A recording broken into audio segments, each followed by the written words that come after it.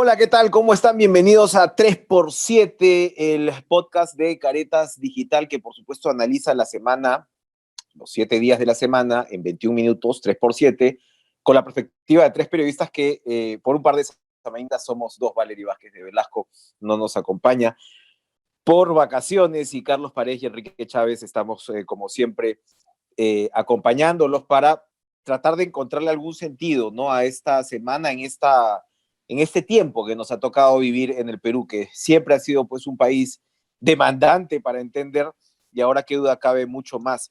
Tenemos varios temas interesantes, Carlos, pero comenzar de repente comentando lo que es una especie de, hemos hablado mucho ya de cómo el Estado se ha venido desmantelando, pero ahora estamos enfrentando de alguna manera también la depreciación, el encogimiento de un aparato que había sido particularmente importante, como el del Ministerio de Economía y Finanzas.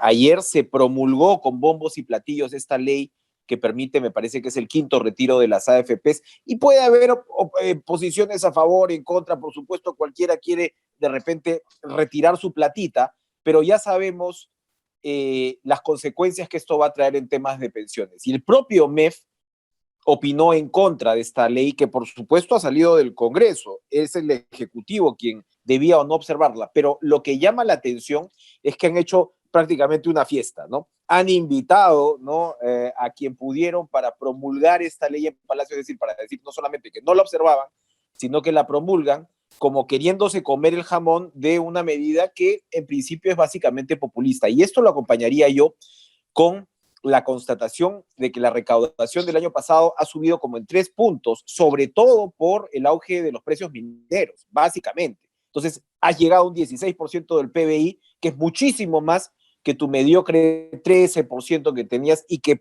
además le da al Estado una caja importantísima que podría ser en realidad saqueada en medio de iniciativas populistas. No hay sin suerte, como dicen. O sea, este gobierno está forrado. Y esto a pesar, como decía, de que el MEF y el señor Graham opinaron que la norma debía observar. O sea, no solamente no le hacen caso, sino que hacen una fiestita para celebrar la promulgación de la norma. Así que yo veo que este Ministerio de Economía, a pesar de que es una persona, un profesional que viene pues de la propia estructura, está cada vez más solito. Yo no sé cuánto tiempo se va a quedar. Yo creo que parte de esa soledad, Enrique, es que una de las pocas islas de excelencia que, como tú dices, era el Ministerio de Economía y Finanzas, está siendo desmantelado también, ¿no? Otra integrante de esta excelencia, la señora que era jefa de reconstrucción por cambios, Muy ¿no? cierto. Ha Amalia sido Moreno. también, Amalia Moreno ha sido despedida, se enteró ella leyendo el diario El Peruano, básicamente. Y no es poca cosa porque manejaba un presupuesto de alrededor de 8.000 millones de soles, donde hay mucho trabajo que hacer todavía desde el año 2017 en el norte, en infraestructura pública. Había logrado tener cierta dinámica después de varios años de superar una serie de obstáculos burocráticos, pero como dices, nos tocan momentos, por un lado, del boom de los commodities, y estamos desaprovechando esta oportunidad porque tenemos al peor ministro de Energía y Minas de que tengamos memoria. Tenemos a una señora básicamente populista en el Ministerio de Trabajo que está empezando a complicar esto que se llama la generación de puestos de trabajo desde la actividad privada. Y tenemos a un ministro de Economía solitario que no está siendo acompañado para también poder gestionar el Estado en esto que se viene básicamente por factores exógenos, ¿no? Ya la portada de la revista The Economics esta semana nos muestra un futuro aterrador, ¿no? Incluso se habla de hambruna en el mundo, y acá en Perú, tanto por los factores externos, agudizados por la invasión de Rusia a Ucrania, va a haber escasez de alimentos, y nuestra campaña agrícola, por el tema de los fertilizantes que tienen precios prohibitivos y no hay, va a tener entre 30 y 40% menos de siembra. Es decir, a un pequeño tiempo, en 3 o 4 meses, vamos a empezar a tener desabastecimiento interno también. Tenemos estos dos factores, no aprovechamos el boom de los commodities y tenemos el peor equipo de gestión para pasar esto que se viene en el mundo, ¿no? Y el presidente, mientras tanto, trata de distraernos con su rebrote populista, como dices, armando una fiesta para celebrar este sexto retiro de las AFP, jugando en pared con el Congreso, que dicho de paso, sea de paso, hay que recordar que aprobaron ellos esta ley, y hoy se viene también otra fiesta para celebrar el retiro del 100% de las CTS, es decir, esta de seguro de desempleo que tenemos, ¿no? Que seguramente va a llegar la resaca.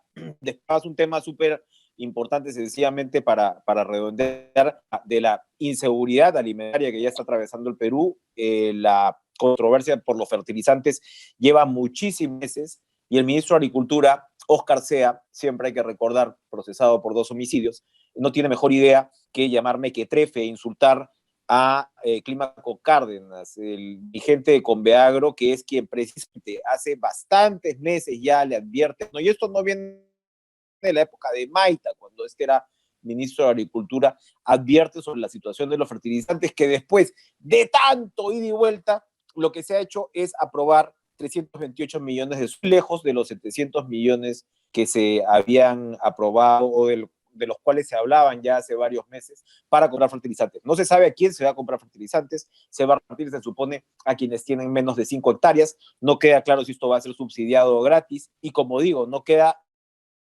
en absoluto salir estos fertilizantes. Han pasado todos estos meses y el Ministerio de Agricultura, que ya también se había venido empequeñeciendo en un país eminentemente agrícola, tiene ahora a una persona que no solamente no tiene idea del tema, sino, como digo, ha tenido gravísimos problemas penales. Ayer conversábamos con Fernando Eguren de CEPES y hacía un cálculo grueso. Esos 328 millones, en el mejor de los casos, porque hay una competencia feroz ahora por comprar fertilizantes en el exterior, en el mejor de los casos va a cumplir la tercera parte de la demanda. Así que sí, podemos tener, ya estamos en inseguridad alimentaria y podemos tener hambruna a la vuelta de la esquina. Terrible. Y esto se amarra con otro tema que acabas de tocar, que tiene que ver con este desaprovechamiento de la coyuntura frente a los commodities. Hemos venido hablando de este tema, ¿no?, a lo largo de las semanas, pero ahora lo que tienes además es que, bueno, las bambas siguen negociaciones bambas. Esto no llega a ningún lado. Son 7 negociaciones fallidas en torno a uno de los proyectos cupríferos más importantes del mundo, que por supuesto es un referente para lo que significa esa economía peruana de la que estábamos hablando. Esos 3 puntos más del PBI se explican casi totalmente por el tema minero. Y bueno, Aníbal Torres no fue a negociar, dijo que lo iban a secuestrar, y como decía la ex ministra Paola Bustamante, que sabe de este tema, pues bueno, ya los integrantes del gobierno están incapacitados. ¿Cómo estará de grave la situación? Que la señora Bustamante dice que de repente es momento que Dina Boluarte, la discreta vicepresidenta, ¿no?, indefinida vicepresidenta, dirija la negociación de las bambas, porque a ella le fue bien, por lo menos en Chalhuahuacho. Pero lo que estás viendo son, claro, todas estas comunidades que cada una te reclama una agenda distinta y un Estado, un gobierno que definitivamente no está a la altura, pues, para el país que tiene al frente, ¿no? Claro, el gobierno se desentiende de las bambas y de otros conflictos sociales, y el presidente de la República, en vez de salir al foro de Davos en Suiza, que empieza hoy sábado, decidió hacer su roadshow en provincias. Por supuesto que bienvenidos los viajes y los consejos de ministros descentralizados, pero no se trata de ir con portátiles a manipular y hacer política barata. Se trata de hacer sesiones de trabajo, pero con resultados, Enrique, ¿no? ¿Cuáles los resultados, por ejemplo, del primer Consejo de Ministros descentralizado que se hizo obligatoriamente en Huancayo? ¿Se ha solucionado alguno de los problemas de esa agenda? ¿Cuál es el balance de gestión de estos consejos de ministros descentralizados, que dicho sea de paso nos cuestan un montón de dinero a todos los peruanos, pero sin resultados? Se usa para hacer politiquería.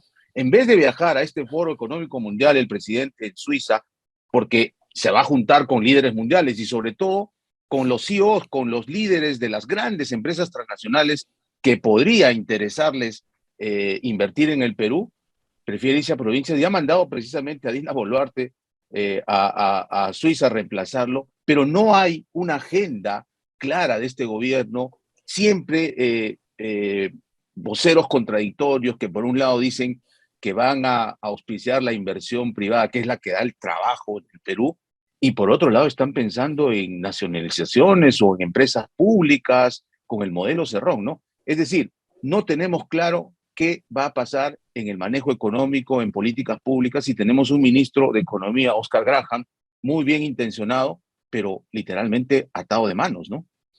Oscar ahorita ya va a entrar a un tema de actuación, va a tener que actuar como tantos otros que se ven tan solos. Oscar se va a ganar el Oscar a este paso, pero a ver, tocas otro punto súper importante que a mí se me había escapado, porque hace unos pocos días hablé con una persona con conocimiento de causa y estaban esperando que Castillo viaje a Davos. Y el viaje a Davos era, digamos, tenía expectativas incluso por parte de Cancillería. Yo sé que el ministro de Relaciones Exteriores, el ministro César Landa, le insistió al presidente, oiga, va a ir a Davos, ¿no? Va a ir a Davos. Y el presidente le decía, sí, siempre sí. Y claro, de repente ahí tenías un problemilla, que era dejar a Boluarte encargada de la presidencia.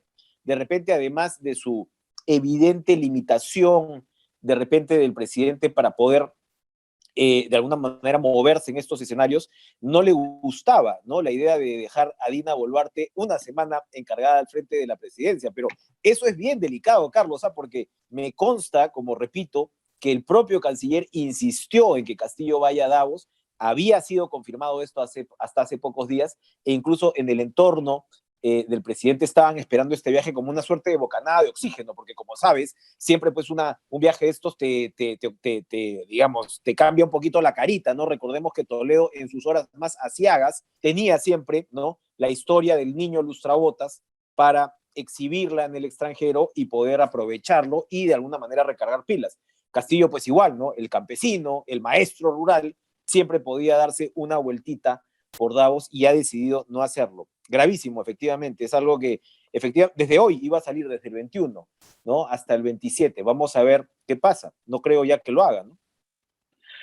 Sí, la verdad que los peruanos en estos 10 meses de gestión vemos que no hay una ruta fija. Cuando estaba el presidente Ollanta decíamos que había piloto automático. Ahora podemos decir no hay piloto, ¿no?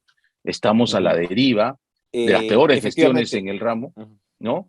Y después viene Betsy Chávez también, una pilar de esto que le hemos llamado el rebrote populista, ¿no? Con su Agenda 21.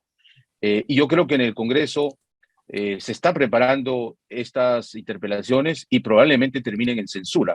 Así que también ahí va a haber interrupción de lo que llaman ellos la segunda reforma agraria. No sé realmente en qué consiste, ¿no? Lo cierto es que los agricultores se están quejando y en lugar de atenderlos, en lugar de conversar con ellos, los insultan a los representantes de los gremios y este señor Sea, pues, además tiene serios conflictos de intereses, ¿no? Porque él es ganadero y su despacho tiene que decidir también sobre políticas de ese sector. Así que estamos poniendo al gato de despensero. Terrible.